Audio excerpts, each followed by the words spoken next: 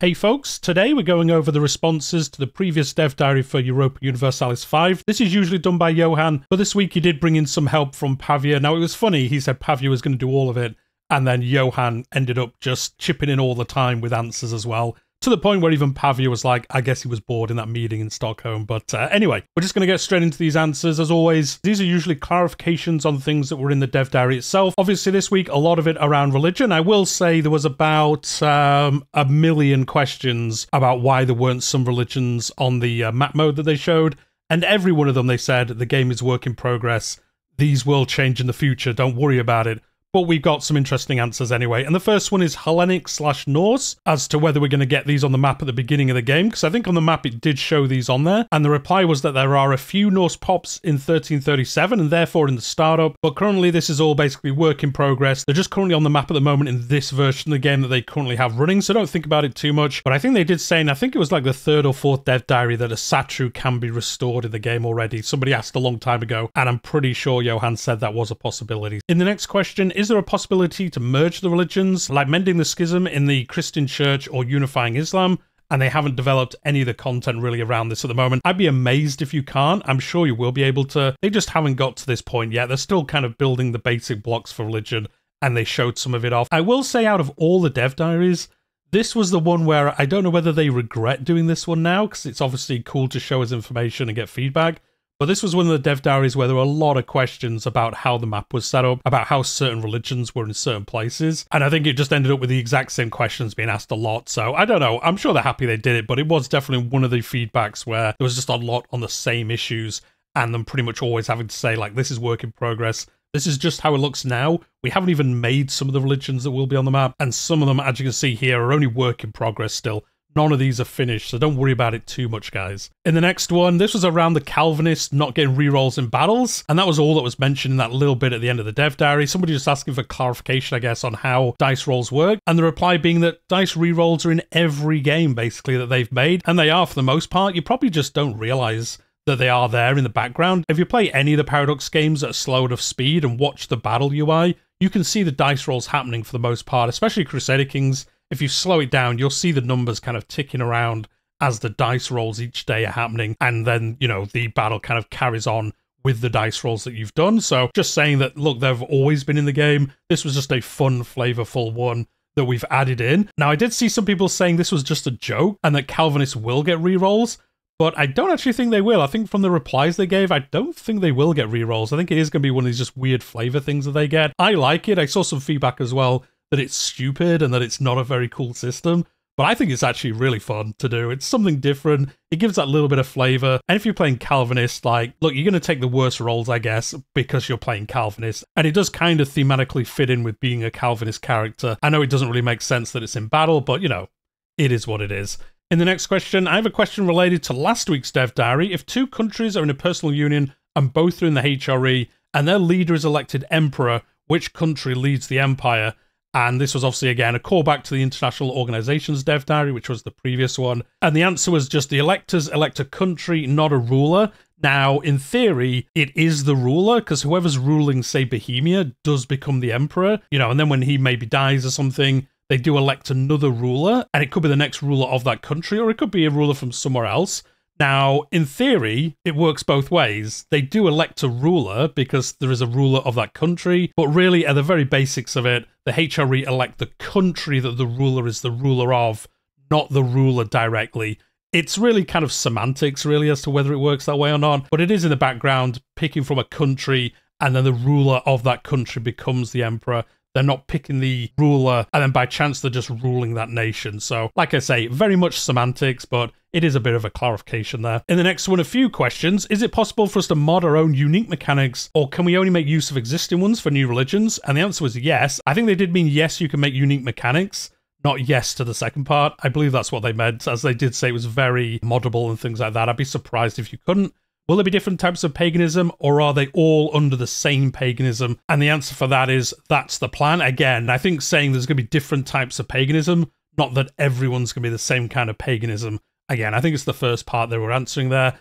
Is it possible for a player in game to change how we view different religions from kindred to enemy, or is it set like heretics and heathens are set? And the reply being that they are set. You can't change those. So you can't, as you're playing the game, change Catholicism to suddenly be really friendly with Islam. It's always going to be set the same way. You can't change that by the looks of it at all. Maybe that will change in the future, but it looks like at the moment they are set. How they start at the beginning of the game, that's how they'll always be, and they won't be able to be changed and make different alliances with like Catholicism and other religions and things like that. In the next question, I hope there'll be some work to better distinguish the cultural zones of sub-Saharan religions and South African religions. It is bizarre that North America has so many regional variations of faith, but the indigenous people of South America, Africa and Australia are all under the same animism. This was where they really started saying like, look, the game is still under development, guys. The map is just how it looks now. We haven't designed any of the religions for that area. I would imagine they probably started in Europe, you know, the Far East and places like that first, and then they're building the game out from there. So don't worry about it. As I said at the beginning of the video, you know, it is just how it looks now. They've got so much more work to do. In the next question, do we have pie charts for religion or any other information, or is it all tables for now, as they showed in the dev diary? There are pie charts for religion, so don't worry about it, guys. There are pie charts all throughout this game. In the next question, this was actually a fantastic one because this answered one of the questions I had in the video yesterday about how the conversion speed number works. Was it just a flat number, a percentage or something like that? And somebody basically asked, is the pop conversion speed plus 10, is that a flat value? And they replied with, it is 10 pops per month. There we go. If it says plus 10, that's 10 pops a month that get converted. If you were able to get modifiers and things to get that to plus 500, it would be 500 people that are getting converted. So a very easy system there. It's not like a weird percentage or anything like that. It is literally the amount of people who will be converted. In the next question, will players be able to directly direct the path of religion? For example, if I control the papacy, can I decide certain aspects in a manner that changes the possible modifiers or the laws of the said religion, kind of like how CK3 works? Also, will religions add specific flavor and attributes to characters like your leader or others? And the answer here was some religions are more dynamic, some are more static. So I would imagine maybe the historical ones like Christianity, where there were a lot of splits in it, I would think that one's maybe a little bit more dynamic. Religions that tended to basically stay the same constantly, they're going to be the static ones, I think. And for the CK3 thing, in case you don't play it, in that game, you can pretty much change any religion into pretty much whatever you want. You can customize it, you can give it a different name, a different icon. You can change how the clergy works, how deviance is seen by the faith. You can pretty much do whatever you want with any faith if you have enough piety. It is a really cool system, but it looks like we're not going to get that deep of control into faith. In the next question, I would have thought the HRE is the example of an international organization that votes for a character and not a country. Will the vote still be triggered on a character's death? This was kind of linked back to one of the earlier questions. And yes, the answer being that it is triggered when the emperor dies. I think that makes sense. And again, I think it's people getting a little bit caught up, I guess, about like characters versus countries. Like at the end of the day, as I said before, that character is ruling, say, Bohemia. So does it really matter that the game is picking Bohemia as the next emperor? Like, what difference does it make if it just picks the king of Bohemia or whatever as the emperor? Like, I don't really see what the difference is in actual gameplay, but I could be wrong. Let me know what you think in the comments down below. I could be missing something super obvious. Like, I think historically they did pick the ruler, but in a game, I don't think it makes that much of a difference, to be honest. In the next question, is there some sort of Avignon Catholicism since the Western Schism could have ended up with splitting the church? And the answer, in a bit of a tease, is they're going to talk about the Western Schism in a future dev diary, so probably a little way off when they next come back to religion. It looks like we are going to get this event happening, and it'd be cool to get some different campaigns where you do split the church on the West. And again, this shows how deep the flavour is going to be. There's going to be stuff in this game that wasn't in EU4, which I guess makes sense, but it is cool for them to kind of call out that this happened, because I don't believe this was in EU4. I don't remember ever encountering it.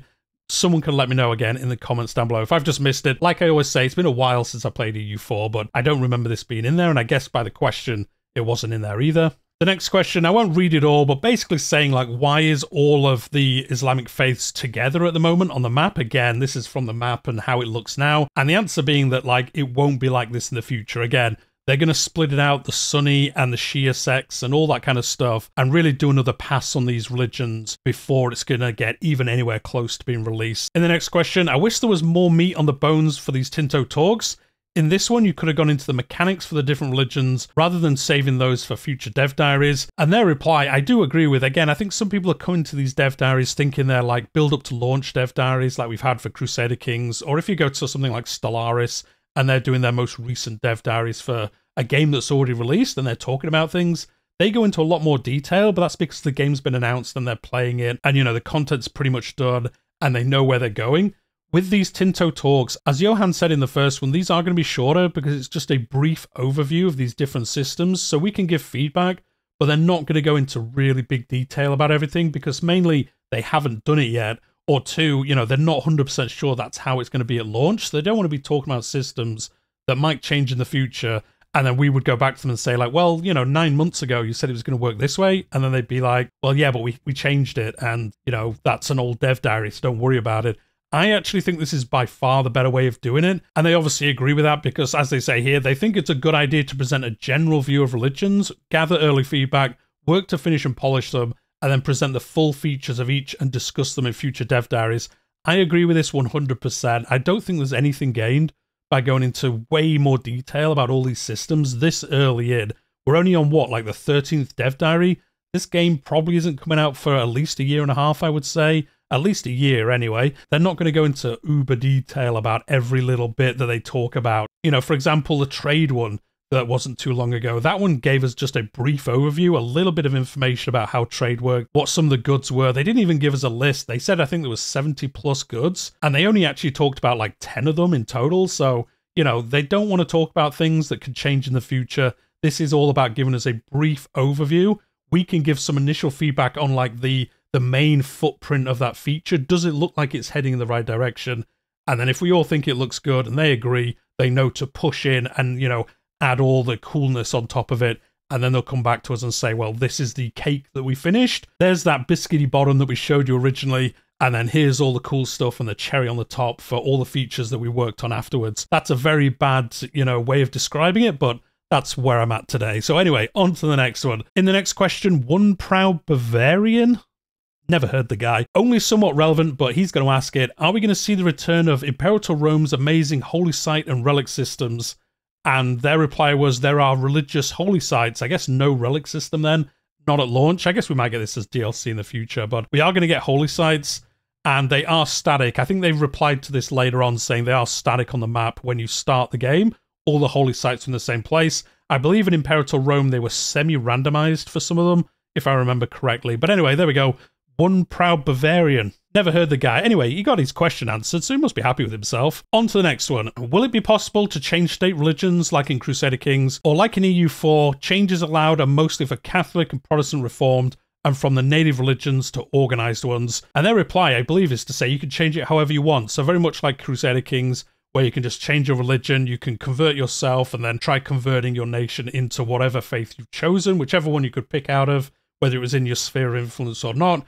As long as you had enough piety and you could convert, you then could convert your nation to that faith, or you could at least try to. And it looks like in Europa Universalis 5, you're going to be able to do the same thing. You could just choose a different religion. As to how that's going to work, we'll find out in the future. And then I guess you go through the process of trying to convert all your population. I do like that they've confirmed this, though. It is a way better way for this system to work. I don't like when things are like hard-coded, that they're always Catholic, and then you can change to Protestant, as they said. You should be able to change from Catholic to whatever you want, if you want to, and just see what happens. Now, the next bit, I didn't actually copy the question, because again, it was one of these where it was just about, like, where's this religion on the map? But they actually went into a little bit more information here about how they're designing religions. So they're doing them under two principles. One, historical, cultural, and religious accuracy, flavor immersion as they call it, and two, fun and interesting mechanics to play. They're not thinking about meta religions, but they just want these religions to feel good and be entertaining to play. Obviously, they're going to focus more on polishing and balancing in the future, and that is not currently their main focus. So yeah, some of the like information they gave,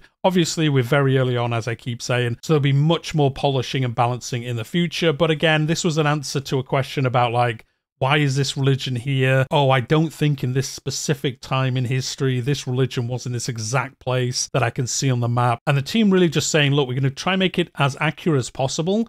But at the end of the day, we're making a good and entertaining game. So there's going to be some liberties somewhere. Look, we're going to try our best to make it accurate. But to be honest, we can't make everything perfect. And we're going to really lean towards making things fun and entertaining as well as accurate, not like super accurate and then it's not actually fun to play. So again, I included this one just to give you a little bit of like what they're thinking of and as they're kind of planning the content in the future. And with that, that was actually the end of the questions that I picked out. As I said, a lot of them around similar things. Why are certain religions here? Why do certain religions work some way? Why are some religions missing? And really with a broad umbrella, a lot of that's just because it's work in progress. They haven't finished it. Don't worry about it too much. They're going to improve in the future and then come back to us with specific dev diaries about each religion. So you've got to think about that, guys. Like, think of how many dev diaries. I think Johan said like 2 weeks ago, they've got dev diaries planned for all over the summer already. And then there's already been comments by him about like, oh, we're going to talk about that in the autumn. We're going to talk about that in November. So there's so many systems they've got to flesh out. And then if it's like this with religion, where each religion's going to get a specific dev diary, there's going to be so much information, which is going to be good for you guys. You're going to learn a lot more about the game, how it works, all these different features. And it's going to be great for me, to be honest, because it gives me things to talk about. And with that, make sure you like the video, subscribe the channel. That was the segue for this video because I'm covering EU5 up to announcement, launch and beyond. And I also cover Crusader Kings in a very similar style. I cover the dev diaries, we do discussion videos, all that kind of stuff. And I do campaigns and live streams. But with that, I'll leave you there for today and I'll see you in the next one.